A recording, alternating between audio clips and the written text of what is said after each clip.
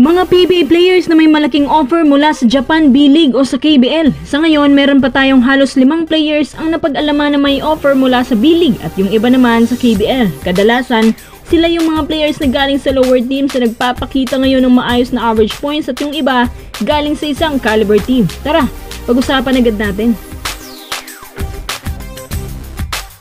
Kung ako sa TNT, magmamadali na akong kunin si Cedric Barefield dahil isa pala siya sa mga targets ngayon ng B-League teams. Lately, kahit sa PBA, pinag-aagawan din to. May mga bagay lang na sinusubukan timbangin ng ilang teams gaya ng mga kapalitan niya dahil nga mataas pang value nito sa market.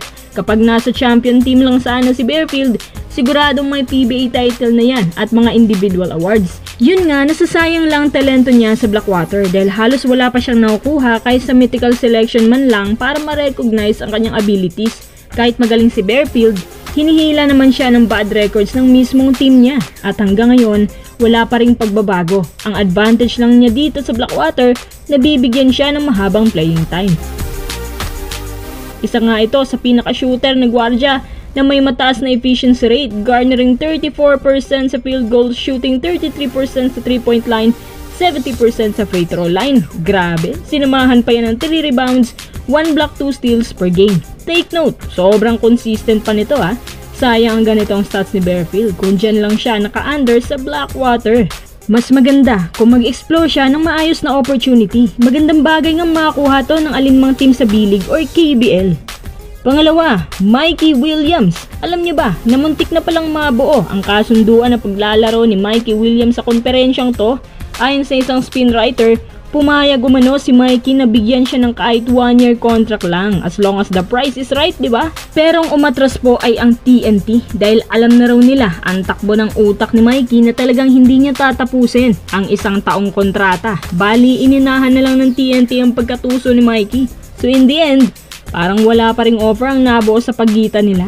Ngayon, meron siyang offer na sobrang laki sa labas. Ang problema, hindi naman siya makakapaglaro dahil hawak pa rin siya ng TNT at ayaw nila itong i-release. Unang salpak ni Mikey sa PBA, may 2 PBA titles na kaagad, 2 finals MVP. Ganun siya kagaling na dati nagkaka-average siyang almost 25 points per game. Pangatlo, si Stan the Man, Stanley Pringle. Hindi problema kay Stanley na nasa terra firma siya as long as binibigay sa kanya ang sapat na playing time na gusto niya. Sabihin na lang natin na aging na, pero age is just a number, ika nga. Dahil lang napoproduce ni Pringle na number sa terra firma ngayon ay sobra pa sa mas bata sa kanya. Siya ay nagkaka-average ng 11.5 points per game, 2 rebound shooting, 37% beyond the arc, 50% sa free throw with matching 42% field goals. Siya talaga yung literal na Stan the Man. Kung ito mapupuntang overseas leagues, tiyak na may malaking ambag pa rin to. Sa katunayan, hindi naman imposible na kunin nila to. Si Cabagnot nga may offer pa noon. Paano pa kaya si Pringle? Kaya kalmado lang si Pringle kahit ganito ang sinapit ng team niya dahil alam niya sa sarili na may maibubuga pa. Pang-apat, syempre Arvin Tolentino. Alam na natin yan. Sa mga susunod na buwan makakapaglaro na si Arvin sa KBL.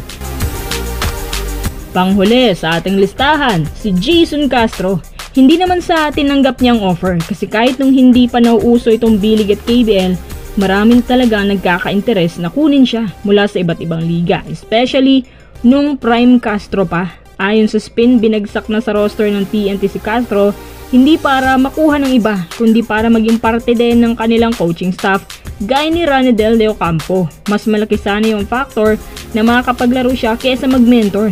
Iba kasi kapag nasa court yung Castro, mas makakapag-execute sila na maayos under sa pagtitimon niya. Pero gaya ni LA, aging na rin si Castro kaya kailangan nang magpahinga. Wala na rin siyang dapat patunayan.